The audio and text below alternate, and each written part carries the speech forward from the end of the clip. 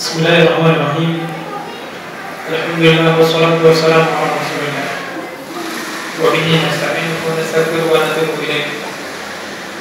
Asyhadu an la ilaha illallah wahdahu la syarika lahu wa asyhadu anna Muhammadan abduhu wa rasuluhu. Qala Allahu jalla wa ala fi kitabihil karim. A'udzu billahi minasyaitonir rajim. Bismillahirrahmanirrahim. Innamat tawbatu 'ala Allahi lil ladzina ya'maluna as-su'a bi jahalatin thumma yatubuna min qarib fa ulaika yatubu Allahu 'alaihim wa kana Allahu 'aliman hakima. Sadaqallahu al-'azim wa sadaqa Rasulullah karim. Ikhwan akhwati fillah, rekan-rekan sekalian yang dicintai Allah Subhanahu wa taala. Puji serta rasa syukur mari kita panjatkan kehadirat Rabbi atas demikian banyak curahan dan limpahan karunia yang telah Allah berikan kepada kita. Yang mudah-mudahan hadirnya kita di majelis ilmu ini bagian dari rasa tanggung jawab kita atas amanah yang telah Allah berikan kepada kita, dari limpahan-limpahan materinya, limpahan-limpahan karunia-Nya, sehingga kita menggunakannya dalam rangka menanam kebaikan. Salawat dan salam mudah-mudahan senantiasa tercurahkan kepada suri teladan kita bersama Habibana wa Nabiyana Muhammad sallallahu alaihi wasallam,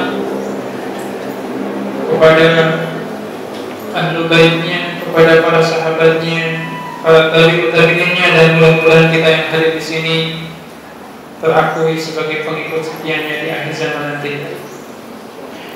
Ikhwan akhwati fillah, melihat fenomena kondisi masyarakat kita saat ini, memang seolah-olah kita dihadapkan dalam sebuah situasi atau kondisi yang tidak jelas.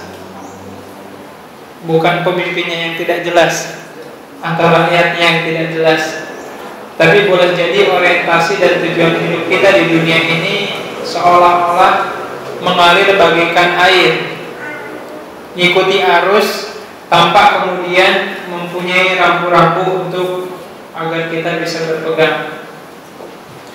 Mungkin kita melihat beberapa hari yang lalu ada sebuah perkumpulan majelis zikir di daerah Sentul, Bogor, yang kemudian mengalami intimidasi secara langsung. Tahu ya? Mengatasnamakan kalangan Syiah. Ini sebenarnya menjadi sebuah PR besar yang patut kita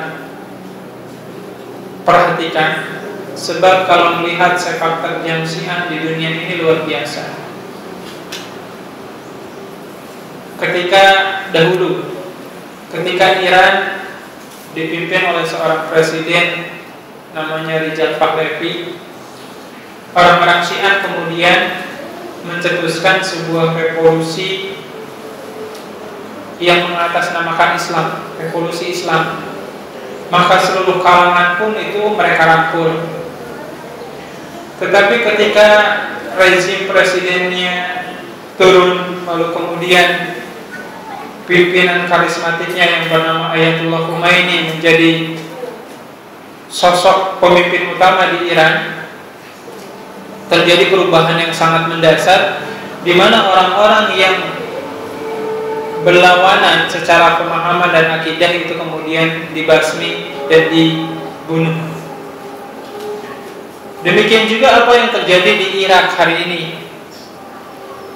Ketika beberapa tahun yang lalu sebagian ulamanya menfatwakan bahwasanya mengikut sertakan atau ikut serta dalam demokrasi itu hukumnya haram, ikut serta dalam ajang pemilu itu adalah haram, sehingga kesempatan ini baik secara langsung atau tidak langsung memberikan kesempatan kepada orang Syiah untuk tampil menjadi pemimpin.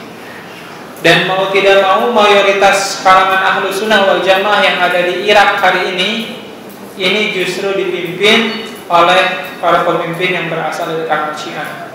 Dan lagi kita menemukan bagaimana terjadi kegaduhan dan pembunuhan yang dilakukan oleh orang-orang Syiah kepada kalangan Muslim. Demikian pula yang terjadi di negeri Yaman. Sampai detik ini salah satu negara yang asalnya dalam kondisi kondusif dan damai, tetapi ketika mereka atau kalangan Syiah ini merongrong masyarakat Yaman secara langsung, sehingga boleh dikatakan mayoritas penguasanya itu di kalangan berasal dari kalangan Syiah, maka terjadi pembunuhan. Demikian juga yang terjadi di Suriah. Oleh karena itu,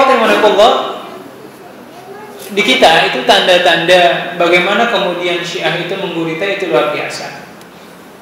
Dari mulai parlemennya, lalu kemudian backingan aparatnya dan lain sebagainya, sehingga kita melihat di Kerawang saja bukan sekali dua kali pengajian yang mengkaji tentang kesesatan ajaran Syiah itu dibubarkan. Dan backingannya bukan orang biasa, backingannya adalah oknum-oknum aparat tertentu. Nah, ini menjadi sebuah isyarat bahwasannya Syiah di sekitar kita itu ada.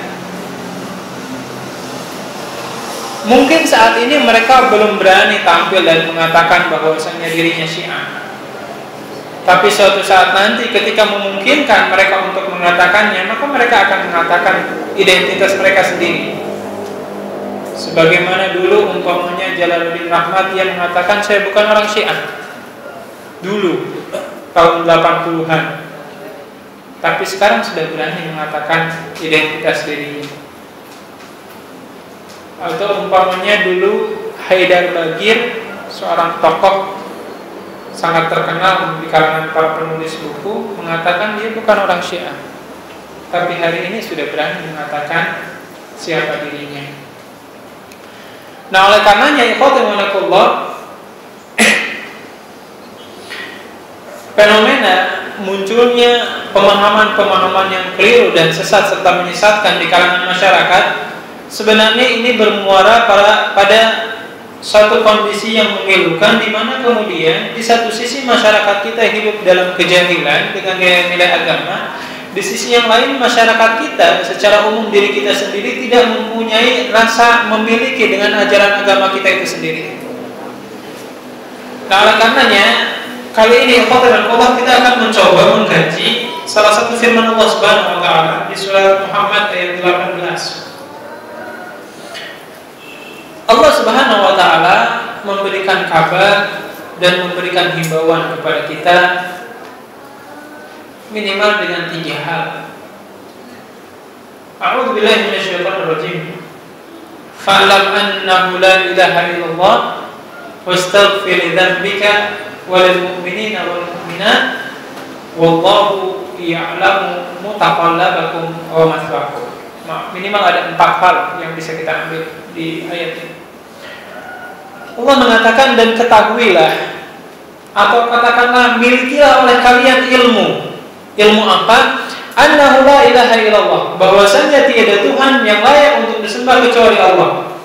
Wastaghfir dzambik, dan mohon ampunkanlah atas setiap dosa-dosa yang telah kalian lakukan. Wastaghfir dzambika walil mu'minina wal mu'minat. Demikian juga kata Allah, jangan lupakan saudara-saudara kalian yang berasal dari kalangan mukmin dan mukminat, mohon ampunkanlah mereka. Wallahu ya'lamu mutaqallabakum wa mathwaakum. Dan Allah lah satu-satunya zat yang Maha mengetahui apa yang kalian lakukan dalam perjalanan hidup kalian. Di ayat ini Allah Subhanahu wa taala memberikan pesan 4 hal yang mesti kita pahami dan dalami, sehingga realitas apa yang terjadi di masyarakat ini kita mampu menangkapnya. Allah mengatakan yang pertama, fa'lam, maka ketahuilah. Kata i'lam atau fa'lam itu merupakan bentuk kalimat perintah yang berasal dari suku kata al-ilmu. Artinya carilah ilmu oleh kalian. Oleh karena itu adalah sangat mustahil kalau seandainya kemudian seseorang itu akan gampang disesatkan dari ajaran akidahnya kalau seandainya dia mempunyai muatan ilmu yang luar biasa. Ilmu seperti apa yang hendak kita cari dalam kehidupan dunia ini? Setidaknya ilmu itu ada 2 yang berhubungan dengan Islam. di kalangan para intelektual, ulama-ulama modern, ilmu yang berhubungan dengan Islam itu ada dua. Ada ilmu Islam yang sifatnya hanya sekedar teori saja, atau umpamanya di kalangan dunia perkuliahan ada namanya Islamologi. Jadi yang dikaji itu ya seluk-beluk tentang Islam. Adapun ada pengaruhnya atau tidak dengan para pembelajarnya itu tidak jadi masalah. Yang penting dia tahu dan ngerti ajaran Islam itu seperti itu runutannya. Masalah apakah keimanannya masuk atau enggak jadi masalah. Makanya hari ini ya Allah, banyak di kalangan saudara-saudara kita yang belajar ilmu Islam itu tidak lagi ke Timur Tengah, tetapi ke mana? Ke Barat. Karena anggapannya saat ini pada sebagian orang, para intelektual Barat meskipun notabene mereka bukan berasal dari orang Muslim, tetapi pemahaman dan wawasan mereka dengan Islam itu luar biasa. Umpamanya di Belanda ada Universitas Leiden, ada salah satu jurusan di antara jurusan-jurusan khusus. Jadi umpamanya ada jurusan tentang teologi atau tentang ketuhanan atau pemikiran. Dari jurusan itu ada namanya apa ya? Jurusan-jurusan yang lebih khusus. Umpamanya ada jurusan pemikiran Syekhul Islam Ibnu Taimiyah. Ada juga jurusan pemikiran Hujjatul Islam, umpamanya Imam Al-Ghazali. Sampai detil seperti itu. Jadi kalau ini umpamanya debat dengan orang-orang Muslim, apalagi kita umpamanya yang tidak begitu menguasai khazanah keilmuan yang ditinggalkan oleh para ulama, orang-orang Barat itu jauh lebih siap dengan kitab-kitab yang telah diwariskan oleh para ulama mereka. Tapi ilmu yang mereka miliki, pemahaman yang mereka miliki itu tidak mengantarkan mereka untuk dekat dan takut kepada Allah. Tapi mereka menganggap bahwasanya ini hanya sekedar teori saja, nggak ada hubungannya dengan masalah agama. Karena dalam pemikiran orang-orang Barat, yang namanya agama itu ya nggak ada bedanya seperti budaya di kehidupan kita. Jadi berasal dari keyakinan seseorang, nggak ada hubungannya dengan Tuhan. Lalu dari hari ke hari, dari tahun ke tahun mengalami perkembangan dan seterusnya hingga muncullah umpamanya seperti realitas apa yang terjadi di masyarakat kita. Ada NU-nya, ada Muhammadiyahnya, ada Persisnya dan macam-macam. Mereka menganggap bahwasanya agama itu hanya bagian dari perkembangan kehidupan dunia saja, yang bisa jadi ada yang akan dibuang dan yang akan ditambahkan. Nah, ini sifat ilmu yang hanya sekedar teori saja. Dan yang kedua, ini ilmu yang hakiki yang harus kita cari. Yang kemudian Allah sebutkan di surat Fatir, Allah mengatakan, innama yakhshallaha min ibadihi ulama. Sesungguhnya orang yang paling takut dengan Allah itu adalah orang-orang yang mempunyai ilmu. Nah, karena ya Allah Rasulullah SAW senantiasa berdoa, Allahumma inni a'udzubika min ilmin la yanfa'. Ya Allah, aku berlindung kepada Engkau dari setiap ilmu yang tidak memberikan kemanfaatan. Seperti apa kemanfaatannya? Ya kita nggak takut dengan Allah Subhanahu Wa Taala. Tingkat kedekatan kita ketika kita mendapatkan setiap ilmu nggak ada. Makanya luar biasa ikhwatillah.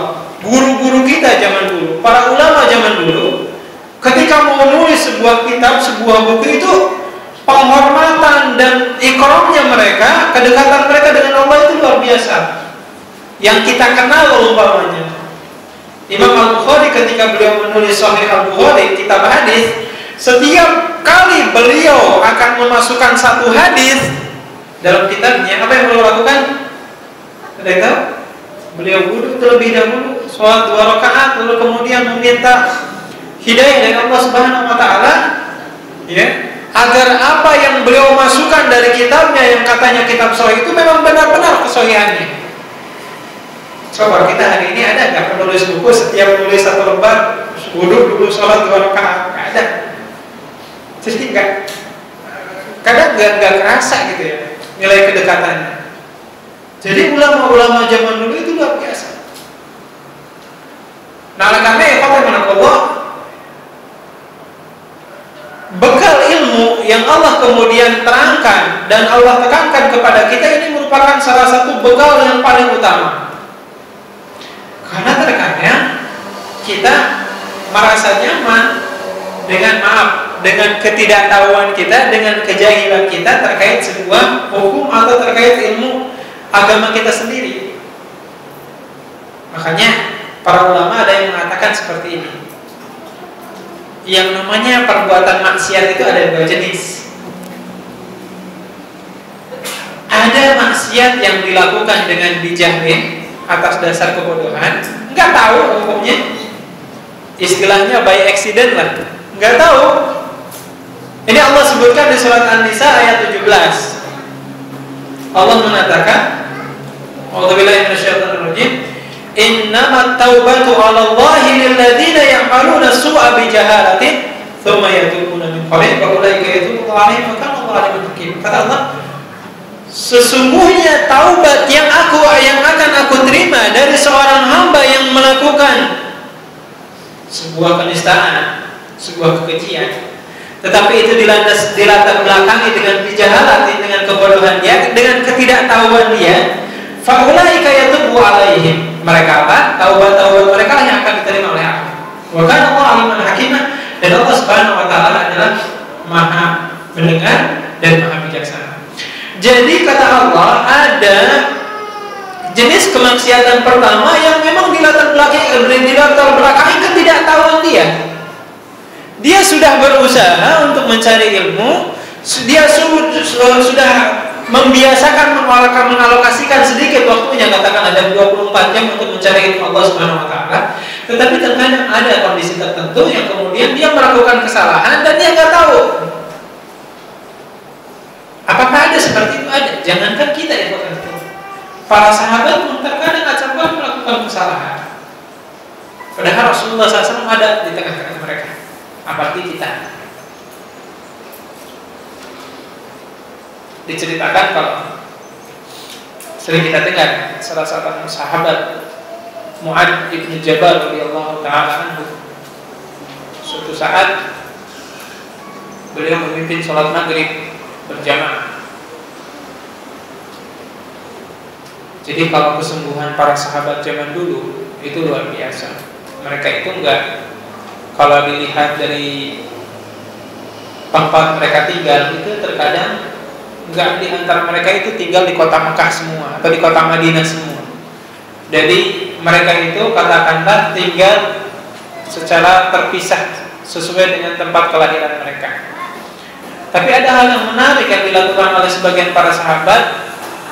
Setiap sholat 5 waktu mereka tidak pernah membiarkan waktu sholat berjamaah itu tanpa kemudian sholat berjamaah dengan Rasul. Artinya sejauh apapun tempat tinggal mereka, setiap kali datang sholat 5 waktu, mereka usahakan untuk sholat berjamaah dengan Rasulullah. Selesai sholat berjamaah dengan Rasulullah, mereka kembali ke kampung halamannya dan mereka memimpin sholat berjamaah ya, untuk kaumnya yang dia pimpin. Salah satunya adalah Mu'adz bin Jabal. Ya. Jadi suatu waktu kemudian dia memimpin sholat maghrib. Pada Allah Ta'ala beliau membaca surat yang panjang sampai jamaahnya bubar. Saking panjangnya bacaannya. Bahkan ada jamaah yang sebagian jamaah yang mendirikan jamaah sendiri. Ya, ada jamaah mendirikan jamaah sendiri karena saking panjangnya bacaan. Sebagian orang kemudian belum selesai sholat berjamaah itu dilakukan, sebagian orang sudah selesai, lalu kemudian menghadap Rasulullah SAW mengadukan apa yang dilakukan oleh Mu'adz. Hingga akhirnya apa yang terjadi?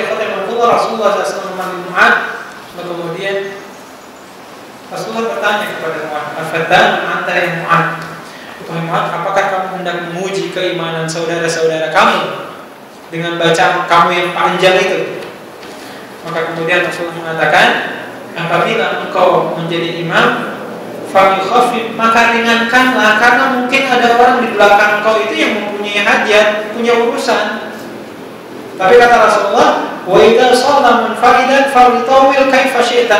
Tapi kalau engkau salatnya sendirian, silahkan kau baca sepanjang apapun, silahkan mulut sampai berbusa.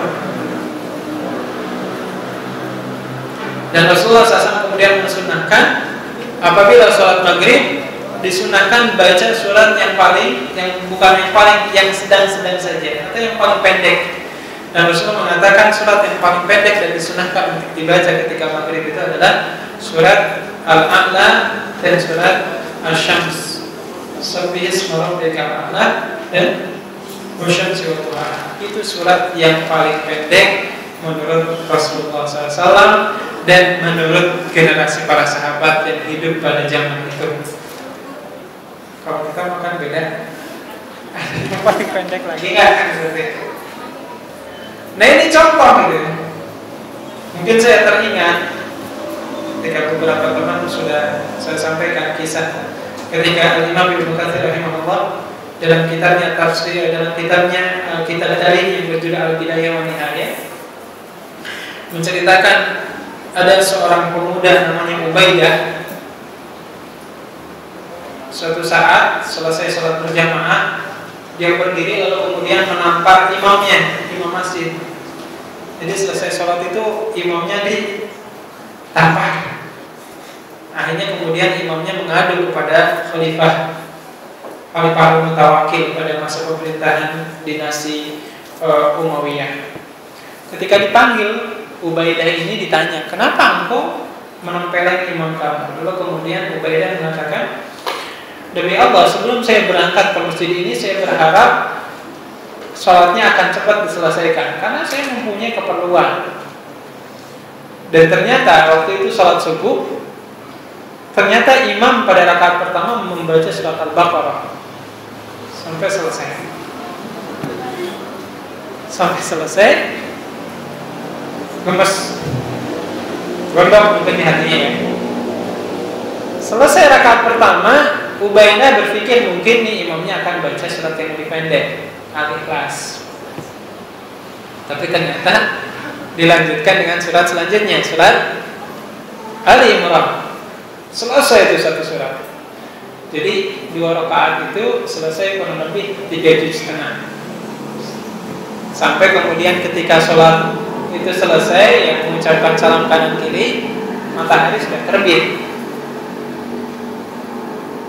Dan yang paling membuat marah itu, kata Ubaidah, bukan panjangnya sholat, bukan panjangnya surat saja yang membuat saya tidak nyaman dengan sholat berjamaah dengan imam itu. Tapi apa yang membuat dia kesal? Disebutkan bahwasanya ketika mengucapkan salam, sang imam mengatakan, wahai jamaah, mari kita ulangi sholat kita, saya lupa berwudu. Ya kan marah seperti itu. Udah yang salah imamnya sebenarnya, jamaahnya kan nggak tahu dasar sholat yang mau mengulangi imam. Ini contoh itu. Bagaimana semangat sebagian orang ketika hendak melakukan kebaikan, tetapi karena ketidakfahaman dia melihat situasi dan kondisi yang ada, justru dia melakukan fitnah yang luar biasa untuk orang-orang di sekitarnya. Nah, dalam masalah sholat saja seperti itu, apalagi dalam masalah-masalah yang lain. Allah begitu amat sangat toleransi dengan keberadaan setiap makhluk. Nah, oleh karena ikhwatimanillah, ini jenis kemaksiatan yang pertama. Ada jenis kemaksiatan kata Allah bijahalah yang dilakukan karena orang tersebut awam atau istilahnya by accident. Tapi ada jenis kemaksiatan yang kedua yang sifatnya itu by design. Sudah didesain semaksimal mungkin. Dan Allah sebutkan di surat An-Nisa ayat 18, Allah mengatakan, "Wa laysatit taubatu 'alallahi lilladzina ya'maluna sayyi'at hatta idza hadara ahadahumul maut qala inni tubtu al-an." Allah mengatakan, dan taubat itu tidak akan pernah aku terima dari orang yang melakukan kemaksiatan. Lalu kemudian dia mengatakan, nanti deh saya taubatnya. Sehingga kemudian hatta idza hadara ahadahumul maut, sehingga ketika kematian itu sudah datang, malaikat mencabut nyawa itu akan mencabut nyawanya, baru kemudian dia mengatakan, qala inni tubtu al-an, ya Allah saya taubat ya sekarang. Allah kemudian mengatakan, "Laisa taubat Allah." Kamu buat seperti itu tidak akan aku terima. Jadi ada sebagian orang dia mengerti benar bahwasanya apa yang dia lakukan itu salah, tahu benar kepastian hukumnya, tetapi dia merasa nyaman dengan kemaksiatannya sehingga dia mengatakan, nanti saja deh taubatnya, mumpung masih muda, taubatnya nanti aja kalau udah tua, atau apapun alasannya. Allah mengatakan jenis kemaksiatan itu yang tidak akan aku terima. Nah, oleh karena ya Allah, karena saya kaji dalam beberapa kajian di tempat yang lain, di surat Fussilat ayat 20, nanti silakan dicek 20 sampai 24. Allah bercerita tentang watak orang kafir ketika nanti dihisab di hadapan Allah Subhanahu wa taala, bahkan neraka itu sudah terpampang di hadapan dia. Hatta idza ma ja'uha wa syahida 'alaihim, kata Allah. Sehingga ketika Allah sudah hadapkan mereka ke neraka, lalu kemudian kata Allah di surat Fussilat ayat 20 itu, Allah kemudian mengatakan seluruh kulit dan pendengaran mereka lalu kemudian memberikan persaksian kepada Allah Subhanahu wa taala atas apa yang mereka lakukan. Al-Imam Ibnu Katsir dalam riwayat yang diriwayatkan oleh Imam Ibnu Abi Hatim bercerita, ayat ini berhubungan dengan kondisi orang kafir dan orang-orang munafik dalam kehidupan mereka. Jadi suatu saat nanti kata Allah, ketika kemudian mereka telah dibangkitkan oleh Allah dan Allah kemudian meminta persaksian kepada setiap orang yang selama hidupnya orang-orang tersebut berinteraksi dengan orang kafir atau orang munafik tersebut, maka orang kafir dan orang munafik itu kemudian berkata, "Ya Rabbi, wahai Tuhanku, alasta wa'adtani an la tudlima ahadan." Ya Allah, wahai Tuhanku, bukankah Engkau telah berjanji kepada aku bahwasanya Engkau tidak akan pernah menzalimi siapapun dari makhluk-Mu? Allah mengatakan, "Bala, iya, aku berjanji." Maka kemudian orang kafir dan munafik itu kemudian berkata, "Falan aqbala syahadatan min ahadin." Ya Allah, kalau begitu saya tidak akan pernah menerima saksi dia dari siapapun kecuali saksi itu datang dari saya sendiri. Karena ada kekhawatiran, dia takut kalau ada orang yang saksi di hadapan Allah, dikhawatirkan persaksiannya akan memberatkan dia. Sampai kemudian Allah bertanya-tanya, apakah kamu tidak merasa cukup dengan persaksian aku, kata Allah, wa syahadatu kiramil katibin, dan persaksian para malaikat yang 24 jam katakanlah sepanjang hidup engkau mencatat setiap apa yang kamu lakukan. Jadi Allah balik bertanya, apakah kamu tidak percaya dengan aku, kata Allah? Atau kamu juga tidak percaya dengan malaikat pencatat amal selama engkau hidup, sehingga kamu tidak mau menerima persaksian dari siapapun? Maka si orang kafir dan munafik itu kemudian mengatakan dengan sebuah ungkapan yang luar biasa. Orang kafir itu kemudian berkata, "Ya Rabbi, laqad katabal kiramil katibin ma lam a'mal." Ya Allah, boleh jadi malaikat pencatat amal itu dia telah menulis sesuatu yang selama ini belum pernah saya lakukan. Ya Allah, mungkin saja malaikat itu salah nekatnya. Sampai ada yang mengatakan seperti itu. Hingga apa yang terjadi? Allah Subhanahu wa taala kemudian di ayat yang lain di surat Yasin, kita hafal ya. Al-yawma nakhtimu ala afwahihim wa tukallimuna aydihim wa tashhadu arjuluhum bima kanu yaksibun. Kata Allah, maka hari ini kami tutup rapat lisan-lisan mereka, lalu kami persilahkan kaki dan tangan serta seluruh organ tubuh mereka untuk bersaksi untuk orang tersebut. Hingga akhirnya ketika selesai persaksian itu dilakukan, Allah lanjutkan lagi di surat Fussilat ayat 21-nya. Wa qalu li juludihim lima antaqtum alaina. Maka mulut itu kemudian selesai persaksian, mulut itu kemudian Allah buka lagi. Lalu mulut-mulut itu akan berkata, wahai kaki, wahai tangan, dan wahai tubuh-tubuh selain aku, kata mulut kita, kenapa kamu memberikan persaksian yang berat untuk diri kita sendiri? Bukankah aku, kata mulut kita itu nanti, bukankah aku yang senantiasa membela engkau selama engkau hidup di dunia? Kata seorang tabi'in yang bernama Urwah bin Jubair mengatakan bahwasannya tipikal bibir kita itu senantiasa membela keselamatan tubuh kita yang lain. Maaf, ketika ada di antara kita yang mencuri, maka bibir kita yang membela. Ketika kaki kita digunakan untuk menuju ke tempat maksiat, kalau itu ketahuan oleh orang, maka bibir kita yang membela.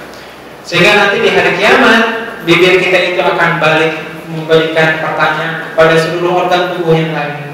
Kenapa kamu memberikan persaksian yang memberatkan untuk kita? Bukankah selama di dunia aku yang telah membela engkau?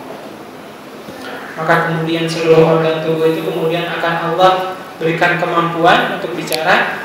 Organ tubuh kita akan berkata, qalu antaqanallahu alladzi antaqa kulla syai'.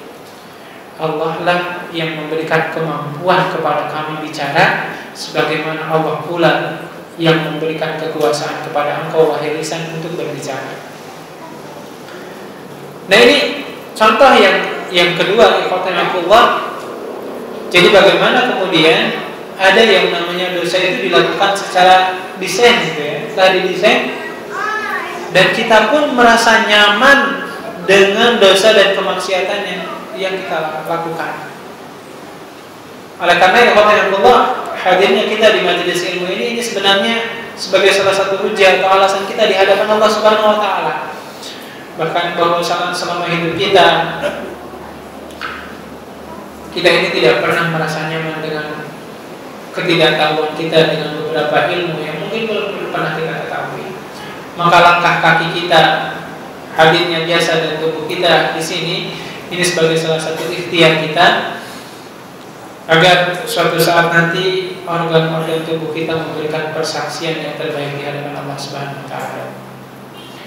Jadi ini yang pertama, Allah Subhanahu wa taala mengingatkan kepada kita bagaimana kemudian pentingnya dan urgensinya ilmu agama menjadi salah satu tolak ukur dari keselamatan kita. Sampai seorang ulama yang bernama Hasan Al-Basri beliau mengatakan, khibrul ulama afdalu min ibadati ubadin al-fasanah. Hasan Al-Basri mengatakan, tintanya para ulama yang digunakan untuk menulis dalam kitab-kitab yang diwariskan kepada kita itu lebih baik daripada ibadahnya seorang ahli ibadah selama 1000 tahun. Kenapa? Karena ketika tinta itu digunakan untuk menulis kitab, nilai manfaatnya itu jauh lebih besar daripada ibadah yang dilakukan oleh seorang diri yang kemanfaatannya hanya untuk diri kita sendiri. Nah, ini yang pertama ya Allah, bagaimana Allah mengingatkan tentang pentingnya ilmu itu sendiri. Yang kedua, kemudian Allah Subhanahu wa taala mengatakan wastaghfir lidzambika, dan perbanyaklah beristighfar atas dosa-dosa kamu yang telah kamu lakukan. Sekalian, para sahabat menyebutkan bahwasanya Rasulullah beristighfar sehari semalam itu berapa kali? 100 kali. Itu di luar jam sholat. Kalau kita istighfarnya sehari semalam berapa kali? Ya katakanlah maksimal 15 kali ya. Yang itu pun kalau sesudah sholat yang wajib kita zikir dulu. Kalau enggak mah bablas. Ya. Selesai zuhur sebelum wirid kita istighfar 3 kali, asar 3 kali, semuanya ini 15 kali. Dan ternyata Rasulullah yang dosanya telah diampuni yang lalu dan yang akan datang, bahkan dijamin masuk surga, istighfarnya berapa? 100 kali. Biasa. Nah, terkait pentingnya beristighfar, dalam kitab Ihya Ulumuddin Al-Imam Al-Ghazali beliau mengatakan istighfar itu ada beberapa tingkatan. Beliau mengatakan tingkatan yang paling terendah itu adalah memohon ampun atas dosa dan kesalahan kita. Itu biasa. Kita melakukan dosa, kita melakukan kemaksiatan, kita beristighfar memohon kepada Allah, itu biasa. Kita melakukan kedurhakaan, kita melakukan kehilafan, itu biasa. Tapi ada istighfar tingkat tinggi. Apa itu? Istighfar ketika kita selesai melakukan sebuah kebaikan. Memang kita harus istighfar ketika melakukan kebaikan? Harus. Kenapa? Karena bisa jadi ketika kita melakukan kebaikan, ada penyakit-penyakit hati dalam diri kita. Ada perasaan ria, ada perasaan diri kita lebih baik dari orang lain, atau mungkin ada perasaan bahwasanya apa yang kita lakukan ini Allah Subhanahu wa Ta'ala tidak punya campur tangan dengan kebaikan yang telah kita lakukan. Oleh karena itu perhatikan Allah, dalam kitab tafsir para ulama menyebutkan iblis itu selama dia hidup di dunia ini, dia menangis sebanyak 4 kali. Kapan itu? Yang pertama ketika Allah laknat dia, ketika Allah tidak mau sujud kepada Nabi Adam. Yang kedua, ketika Allah mengusir iblis dan keturunannya dari surganya. Yang ketiga, ketika Nabi terakhir, Nabi Muhammad SAW dilahirkan ke alam dunia ini. Dan yang terakhir, ketika Allah Subhanahu wa Ta'ala menurunkan surat Al-Fatihah. Kalau kita coba dalami surat Al-Fatihah ini luar biasa. Sampai dalam kitab Tafsir Adwaul Bayan, Syekh Asy-Syinkiti, beliau mengatakan seperti ini. Al-Quran itu diawali dengan surat Al-Fatihah, diakhiri dengan surat An-Nas. Di akhir surat An-Nas, Allah mengutip firman Allah, ayat terakhirnya apa? Minal jinnati wan nas. Artinya Allah mewanti-wanti agar kita terhindar dan terlindungi oleh Allah dari godaan jin, dari godaan setan, dari kalangan jin dan manusia. Apabila kita sudah selesai khatam tilawah Al-Quran 30 juz, kalau kita mau melanjutkan atau mengawali lagi bacaan kita, maka kita memulai lagi dari surat Al-Fatihah. Surat Al-Fatihah sesudah kita mengucapkan 8 basmalah, maka ayat selanjutnya yang hadir adalah ayat apa? Alhamdulillahirabbil alamin. Artinya apa? Ketika kita dilindungi oleh Allah dari godaan setan, dari kalangan jin dan manusia, maka kata Allah, ucapkanlah kalimat Alhamdulillahirabbil. Jadi subhanallah, rangkaian ayat, rangkaian surat dari Al-Fatihah sampai An-Nas itu nyambung. Makanya kalau kita lihat umpamanya ada buku terjemah, ada tafsir terjemah yang dikeluarkan oleh Nepal itu, biasanya ditulis hubungan antara surat dengan surat yang lain. Nah, ada juga nih hubungan surat An-Nas dengan surat Al-Fatihah. Di akhir surat Al-Fatihah, Allah mengutip firman Allah Ta'ala yang bunyinya apa? Intinya kan meminta hidayah agar terhindar dari jalan-jalan orang yang didolimi dan tersesat. Artinya apa? Setiap kebaikan ataupun setiap kebaikan yang kita lakukan atau keburukan yang kita jauhi, ini semata-mata bukan dilandasi karena kemampuan kita, tetapi ada campur tangan Allah Subhanahu wa Ta'ala di sana. Kita hadir di sini, ini sebenarnya telah dipilih dan dipilah oleh Allah. Mungkin ada saudara kita yang mau hadir ke sini, tapi ada halangan umpamanya. Yang boleh jadi halangan itu juga bagian dari ibadah yang dia lakukan di tempat yang lain. Tapi tidak lantas kemudian kita merasa berbangga diri dengan ibadah yang mana ditampilkan dalam bentuk kehadiran kita di tempat ini. Oleh karenanya di surat Al-Fath atau di surat An-Nasr, idza jaa nasrullahi wal fath, Allah mengakhiri dengan kalimat wastaghfir. Apa? Ayat terakhir di surat An-Nasr, wa ra'aitan nasa yadkhuluna fi dinillahi afwaja fasabbih bihamdi rabbika wastaghfir innahu kana tawwaba. Ayat ini turun ketika proses penaklukan kota Mekah berhasil ditaklukkan. Dan subhanallah, ketika turun surat ini Rasulullah SAW masuk ke kota Mekah dalam posisi kepalanya itu ditundukkan setunduk-tunduknya, sampai kepalanya itu nempel ke kuda yang beliau tengah kendarai. Rasulullah SAW diperintahkan oleh Allah untuk memperbanyak beristighfar. Tujuannya apa? Agar jangan sampai kemudian baik kita Rasulullah atau para sahabat merasa berbangga diri dengan proses penaklukan yang telah selesai mereka lakukan. Demikian kita juga selesai sholat 5 waktu, hal yang paling pertama kita lakukan adalah beristighfar 3 kali. Tujuannya apa? Untuk menghilangkan penyakit-penyakit hati dalam diri kita. Jadi coba perhatikan Allah.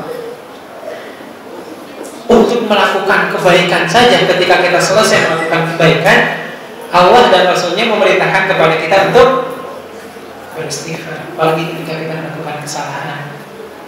Cuma terkadang kita memaknai istighfar dan memohon ampun kepada Allah itu terbatas kepada dosa. Adapun kebaikan yang kita lakukan terkadang kita nggak pernah beristighfar. Ini makna atau bekal yang Allah berikan kepada kita yang kedua. Jadi yang pertama apa? Ilmu. Yang kedua istighfar, memohon ampun kepada Allah Subhanahu wa taala. Oleh karenanya ikhwan, ketika kita ingin melakukan perubahan diri untuk menjadi lebih baik, memang tidak bisa instan. Karena biasanya yang instan-instan itu nggak baik. Biasanya mie instan baik ya? Enggak, dulu banyak mie instan nggak baik. Atau umpamanya ada iklan menguruskan badan dalam 1 hari, silakan beli minuman ini. Ya boleh jadi badannya kurus, tapi pasti ada efek sampingnya, ya kan? Atau umpamanya seperti sahabat Amr bin As, dalam sehari khatam Al-Quran 3 kali, sampai anak istrinya terbengkalai, karena itu nggak baik. Ya, semuanya harus bertahap. Nah, makanya kita harus menghargai proses kebertahapan kita untuk menjadi lebih baik. Boleh jadi umpamanya hadirnya kita ke sini diajak atau dipaksa oleh teman kita, ya sedikit menggerutu nggak jadi masalah. Ya, itu awal saja.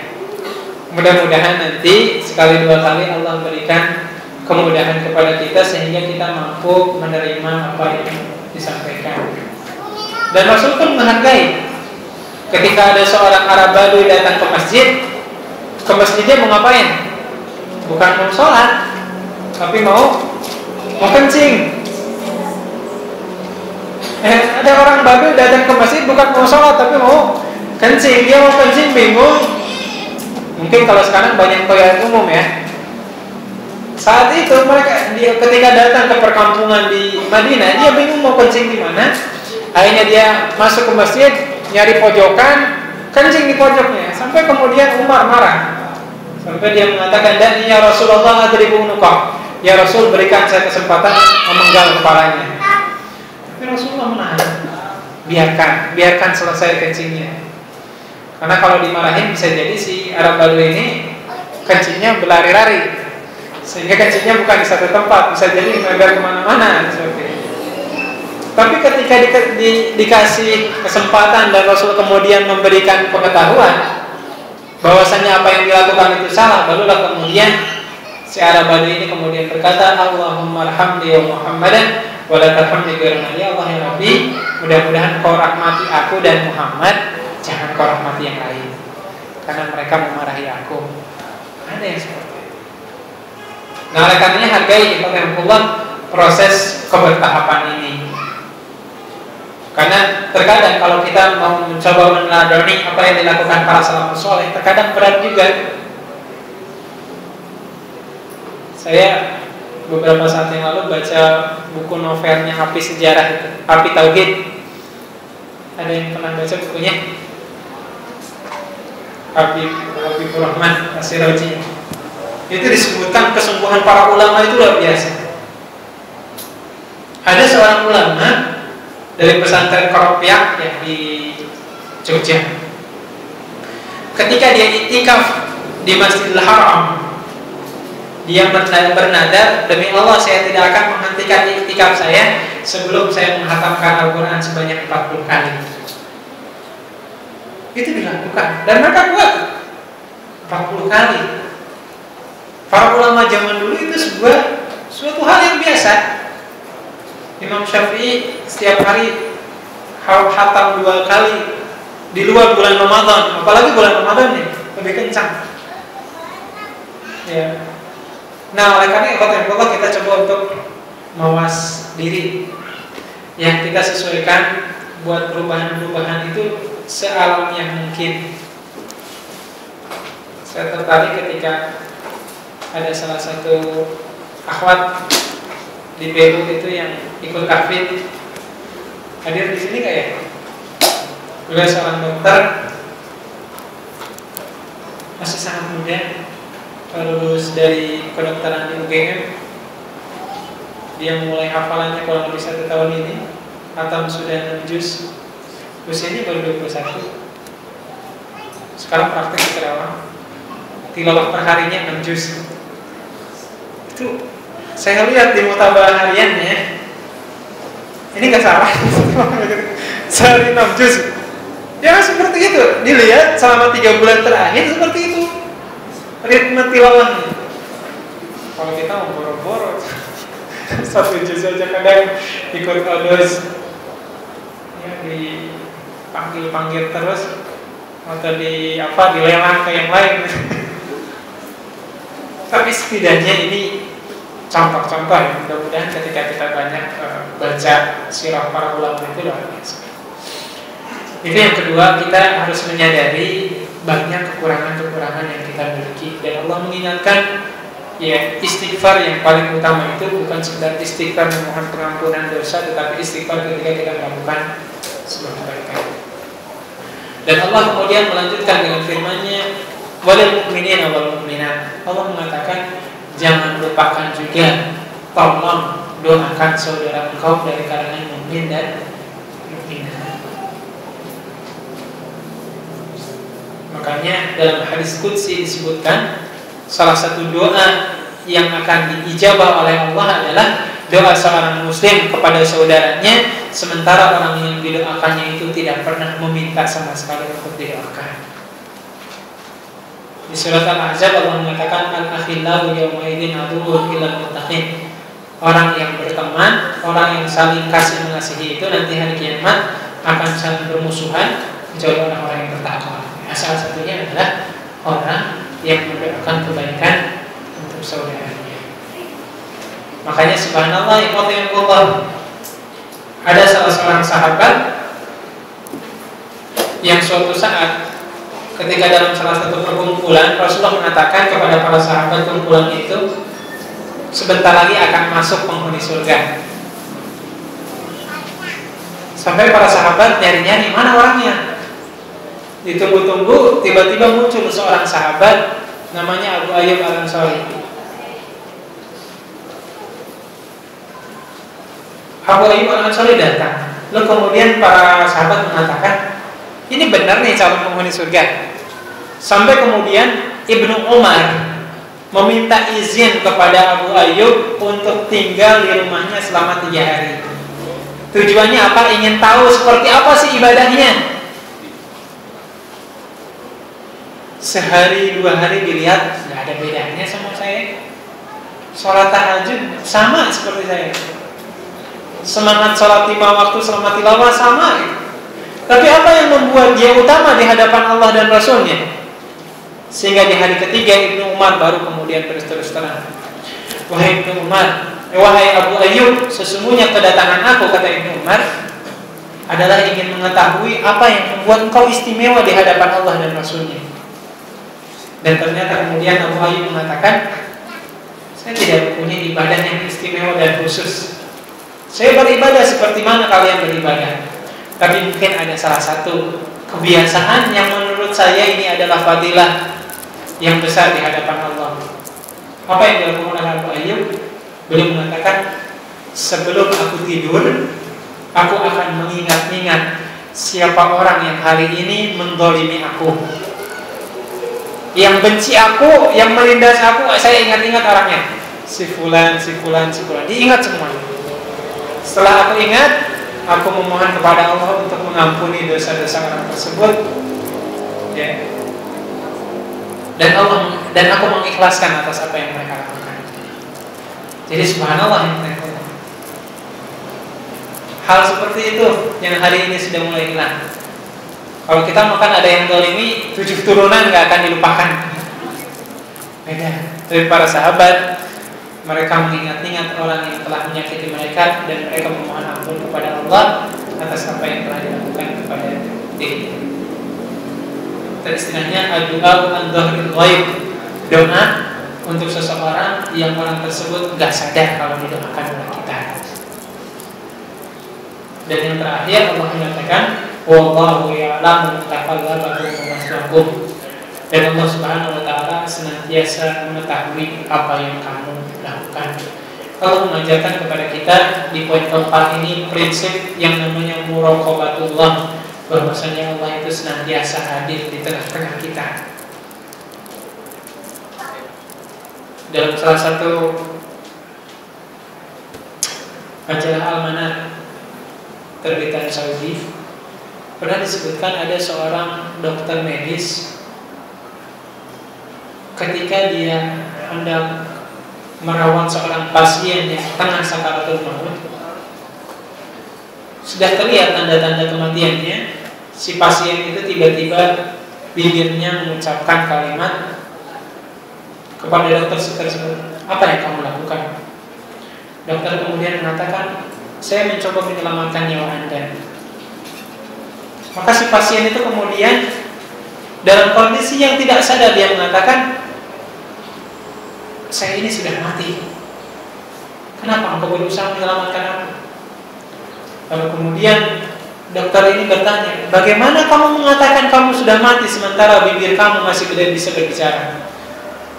Maka pasien itu mengatakan, demi Allah, sesungguhnya aku telah mencium wanginya surga. Dan disebutkan dalam beberapa riwayat yang sahih, dalam riwayat Bukhari Muslim, memang disebutkan ketika orang itu sedang sakaratul maut, maka kunci-kunci alam gaib itu Allah bukakan untuk orang tersebut. Ketika saya mati atau antum-antuna akan mati dalam kondisi sakaratul maut, Allah bukakan pintu-pintu alam gaib. Maka wanginya bau surga itu akan kecium untuk orang yang melakukan kebaikan, sebagaimana busuknya bau neraka itu akan tercium oleh orang yang selama kehidupannya melakukan keburukan. Maka kalimat terindah yang Allah sampaikan di surat Al-Fajr di ayat-ayat terakhir, ketika orang itu akan mati, maka orang saleh itu akan mendengar sebuah ungkapan, ya ayyatuhan nafsul mutmainnah, wahai jiwa-jiwa yang tenang, kata Allah, irji'i ila rabbiki radiyatan mardiyah, kembalilah ke hadirat aku dalam kondisi aku ridha kepada engkau dan kau pun ridha kepada aku. Fadkhuli fi ibadi, masuklah kau ke dalam rombongan aku, kata Allah. Wadkhuli jannati, dan masuklah ke surga aku. Tapi berbeda dengan orang yang selama kehidupannya tidak pernah sadar kepada Allah. Allah mengatakan, ya ayyatuhan nafsul khabithah, wahai jiwa-jiwa yang keji, irji'i ila ghadabi rabbika min jahannam, kembalilah ke laknat dan murka Tuhanmu. Wadkhuli jahannam, dan masuklah ke rombongan orang-orang yang masuk ke neraka jahannam. Maka prinsipnya ikhwan Allah, hari ini boleh jadi Allah senantiasa melihat dan menampakkan tanda-tanda kekuasaannya. Saya ingat ketika hari Jumat yang lalu kakek saya meninggal, saya pulang kampung. Malam Jumatnya selesai dikuburkan, hari Sabtunya saya kemudian balik ke Karawang, atau malam sudah pemakaman dilakukan. Hari Jumatnya, Jumat malam jam 10 saya balik ke Karawang. Nyampe ke Karawang jam 3:30. Setelah itu ketika selesai sholat subuh, tidur lagi, katakanlah karena capek. Jam 7 tetangga dan untuk pintu jam 7 dan mengatakan kalau tetangga atas suaminya itu baru meninggal. Jadi dari satu kematian ke kematian yang lain. Dan uniknya tetangga itu meninggal ketika dia sedang main dengan anaknya. 6:30 pagi dia sedang main dengan anaknya, lagi main gitu. Lalu kemudian istrinya masuk ke kamar hendak mengambil bayinya yang sedang menangis. Ketika kembali ke ruang tamu, kondisi suaminya sedang meninggal. Ini subhanallah, bagian tanda-tanda yang Allah tunjukkan kepada kita. Jadi ini menunjukkan nikmatnya Allah. Usia muda itu bukan menjadi jaminan kita tidak mati sekarang. Demikian juga usia tua itu bukan jaminan kita cepat mati, karena kematian itu bukan ditentukan oleh umur. Sebagaimana diriwayatkan dalam riwayat Imam Al-Hakim, disebutkan bahwasanya malaikat pencabut nyawa itu setiap hari mengunjungi kita sebanyak 70 kali. Jadi dalam sehari semalam itu malaikat pencabut nyawa mengunjungi kita sebanyak 70 kali. Minimal 45 menit sekali malaikat pencabut itu melihat kita. Ini kira-kira kepala di sini yang sudah matang yang siap dicabut yang mana? Nah ini yang tanpa sadar sampai disebutkan oleh malaikat Jibril, saya heran dengan manusia, dia masih sempat tertawa-tawa sekenyangnya, sementara kematian itu sudah ditentukan. Terakhir dalam hadis atau dalam tulisan yang dikisahkan oleh Imam Ghazali dalam kitab Ihya Ulumuddin diceritakan pada masa Nabi Sulaiman. Saat itu Nabi Sulaiman sedang kumpul dengan para pejabatnya. Malaikat pencabut nyawa kemudian hadir dalam wujud seorang manusia. Dia masuk ke perkumpulan tersebut, lalu kemudian melihat satu persatu. Dilihatlah salah seorang pejabat yang hadir di sana. Si pejabat juga gak merasa enak, itu ngapain lihat saya terus, gak ada kerjaan lain apa gitu.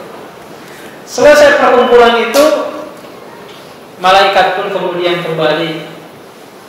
Kata Allah Azza wa Jalla, pejabat tadi kemudian bertanya, ya Sulaiman, siapakah orang tadi yang hadir dan melihat saya terus?